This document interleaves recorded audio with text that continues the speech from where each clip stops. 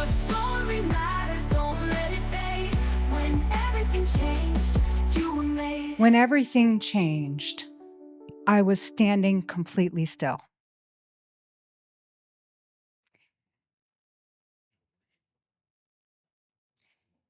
There was nothing special about that Tuesday morning. I was walking into work like I do any other day. The sun was streaming through the windows, warm on my face, when suddenly it clicked. I was completely average, and I had been so my entire life. This was like a shift in the universe that only I could feel. Like this deep, undeniable knowing. And as I stood there frozen in place, everything kept moving around me in a blur. People kept talking, life went on, completely unaware that for me, my entire world had just changed. And then I started listing off all the ways that I was average.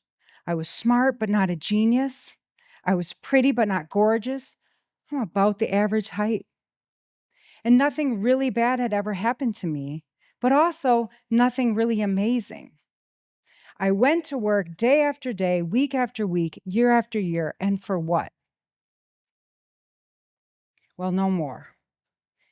And as I stood there in that moment of realization, I started to wonder, how did I get here? Have I always been this average? Growing up, we lived in a big house, 5 bedrooms, 2 bathrooms, an office, a kitchen with a table that sat 8 people, a large yard with a white picket fence, a full garden, a 2-story tree house. We were the place to be. Everybody came to our yard for fun. We had everything we could need. Now, did I know that we had less than some people? Yeah, I did. But we had more than others as well. Did we get hand-me-down clothes from some of the folks at church? Yeah, but so did everybody, right? I knew that times were, money was tight for us. But I also really felt like we were solidly middle class.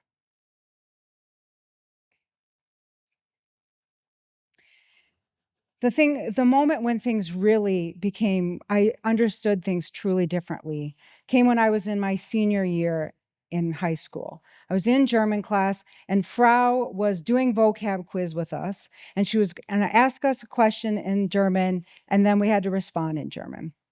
And when she got to me, my question was around, "You are poor." To which I responded, "No, that's not true."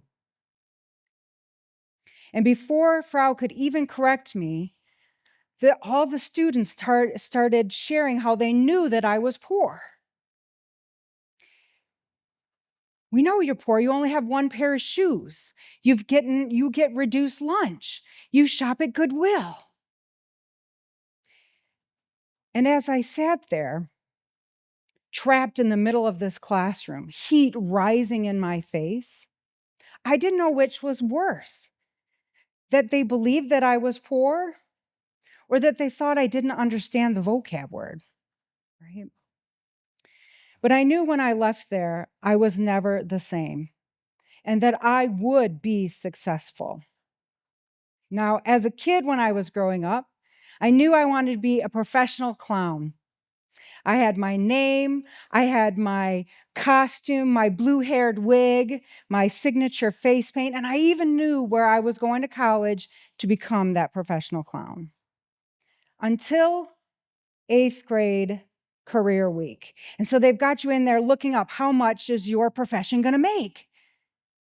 Oh, clowns don't make very much money, so I'll be a veterinarian. They make money, and I like animals. So all through high school, I'm going to be a veterinarian. I even work at a veterinarian clinic, and she knew that I wanted to do it. So she said, why don't you come in early Saturday and you can watch a surgery? I was so excited, and this is awesome. And I get in, and the doctor's there and her assistant, and I'm standing there ready to watch. And the assistant brings out the antiseptic, and I passed the fuck out. Just boom. So, veterinarian off the list. But I still needed a good degree. So, as a freshman, I decided I'll be a geology major. So I've got my geology degree, which was great until junior year when I started looking for jobs. Geology jobs are pretty scarce. So I'm going to need something else on my path. And so I started looking, and I narrowed it down to 2 degrees, chemistry and drama. And as I'm in the drama, so I can't decide. And so I call my mom, and I'm like, Mom, here's all this stuff, and I've got to decide between these 2. And she says, you like to eat. You should probably pick chemistry. And she was right, because chemistry was the safe degree. I didn't want to be a starving artist, and that would put me on that guaranteed path to success. So I get that, and I start my career, and I meet a man with a great degree and a great career, and we get married, and the house and the kids, and I checked all the right boxes. And yet, where was I? And as that morning when the sun hit my face, it was so crystal clear. I made all the choices that led to this average life. And I knew that I didn't want to settle for anything less than a life that lit me up. I also knew that where I wasn't going to give me my more. And so I needed to get clear with what I wanted to do. And so I sat myself down and said, with this urgent mission, right? What do I want to be when I actually grow up? And so I pulled out my Strengths Finder report, and I'm reading through my strengths, and then I start searching and searching. And the more I searched, the more overwhelmed that I became. And frustrated, finally, I just put my head down on my hands. And then something amazing happened. A vision, a download. I would be a Gallup certified strength coach, and I would help others step into the life that they were meant to lead. Now, I'd like to tell you that I ran right out and got certified. I did not. But what I did do was lean into my strengths. I decided to grow my top 5 strengths, which are communication, woo, which is winning others over, futuristic, positivity, and activator. And that's how it started. I didn't jump into a new career overnight, but I did start by activating my strengths. Now, at the time, I was working as a contractor safety program manager, and communication was everything. Every day I was convincing people inside and outside to comply with safety requirements. And I also heard all the complaints about our homegrown software system. And one morning, I'm working from home, and I did my strength exercises first, because that's a great way, right, to start the day. And I'm fired up, and I'm feeling powerful. Then I open my email. Issue after issue. Complaints about the system. Job sponsors don't understand how to use it, so they're not using it. And a note from my boss saying, I think you should tweak the system just so it works a little bit better. But I was fired up, so I didn't want to tweak. No, I could see how it could be better. I envisioned an optimized system and process that made it foolproof for the job sponsors. I wasn't fixing. I wanted it to be how it should be. And then I jumped into action. Now, I knew tech support, I knew him, and I knew he was going to push back. So I set up a meeting, and instead of starting with how we were going to do this, I went into the why. And I wooed him into wanting the changes by showing him how it would be so much easier and better for him if the system were fixed. And then we started working on the how together. And as we're doing that, Every time we hit a snag, he would bring workarounds to me. He worked on the system, I worked on the processes and the training that would go with our rollout. We get it all ready and we're set at launch day. Now, I know my crowd, right? The folks that really resist change, even though they want it to be better. Those old timers that live for those gotcha questions. But I was ready. For every question they had, I had an answer. For every doubt, I had a solution. The training went off smoothly, and the system revealed without a hitch.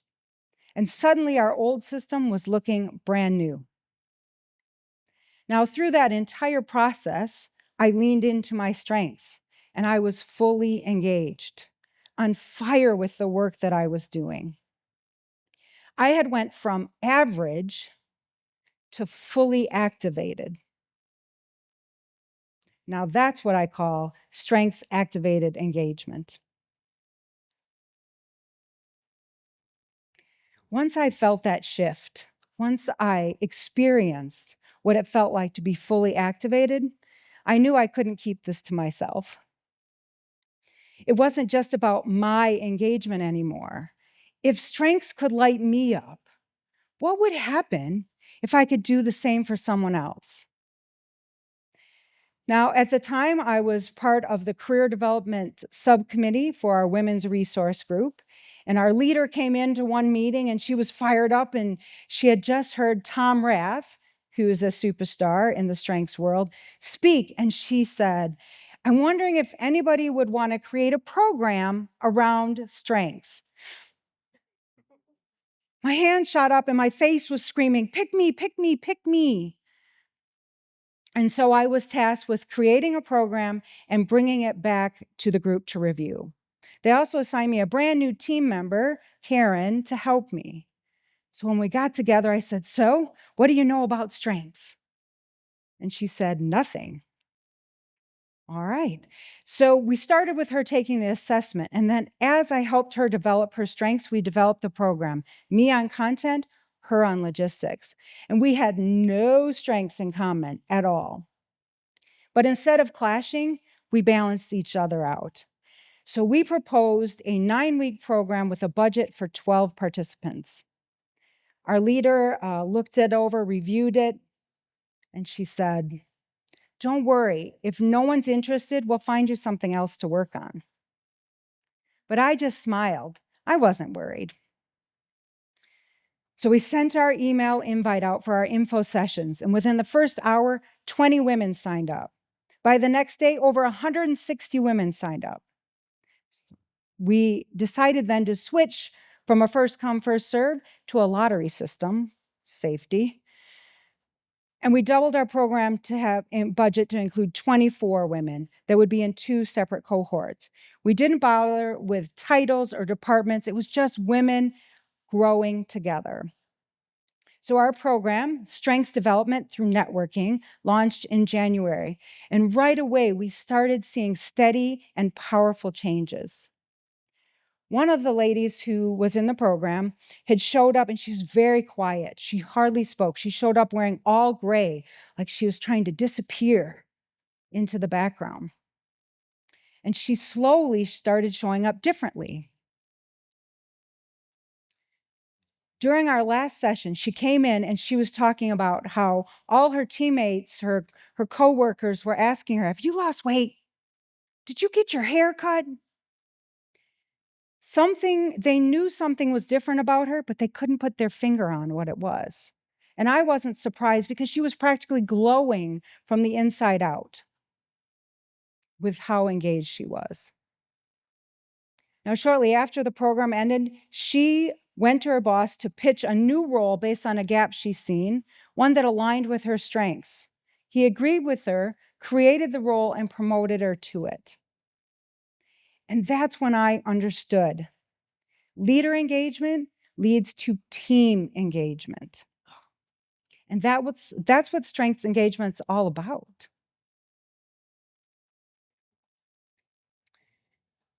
I leaned into my strengths, Karen leaned into her strengths, and as we ran the program, the women started to be lit up.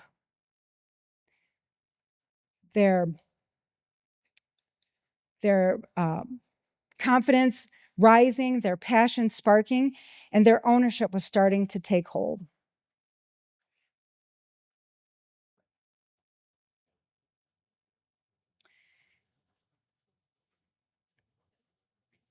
As a result of the program that we run, some of the people in there happened to be directors, and they were speaking highly about the program in rooms that I wasn't in. And as a result of that, I was encouraged to apply for a position for the VP of HR. Now, I had no VP experience. I had no HR experience. I had no HR degree. And we spent most of the interview talking about the program that I created. And little old me with no HR experience landed the job. But somewhere between where I accepted the job and when I started the job, everything changed. I showed up that first Monday morning, and she said, "You're not going to be doing HR generalist work. What I need you to do instead is to create this online university from scratch, from a blank page," something I had never done,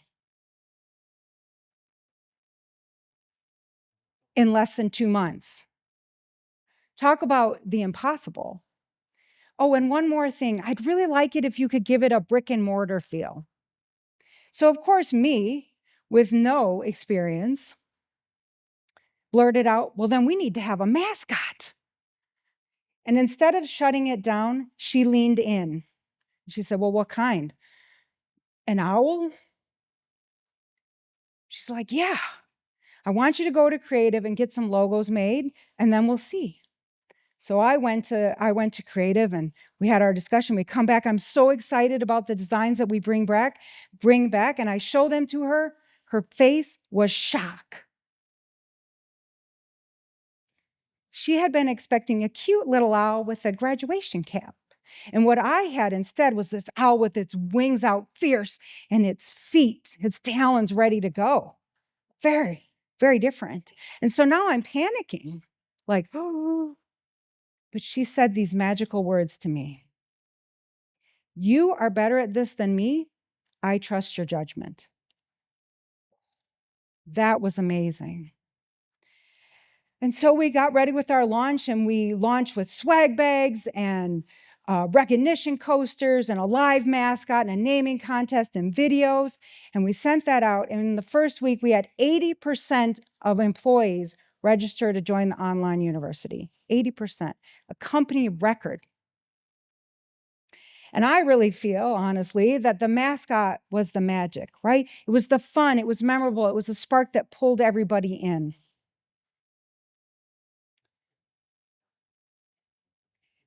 We were able to do something that seemed impossible and had a spectacular result.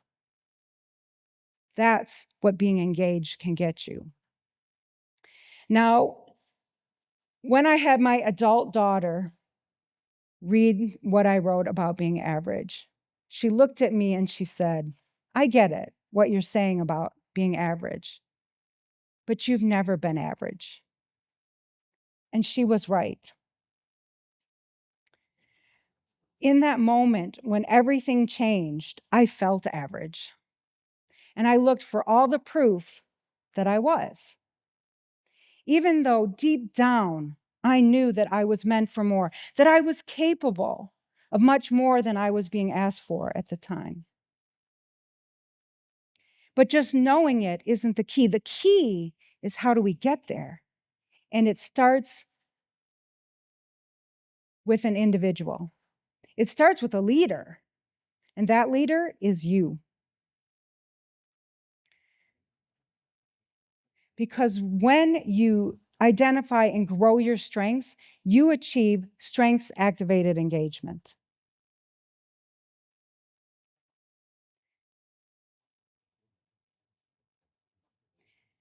And when a leader is truly engaged, teams feel it, performance shifts, goals that you thought were impossible become achievable. And what I'd like to leave you with today is that it starts with you. And so I want you to ask yourself this question. Are you ready to break free from being average? Because when you decide that you are, everything changes for you, for your team, for what is possible. Thank you.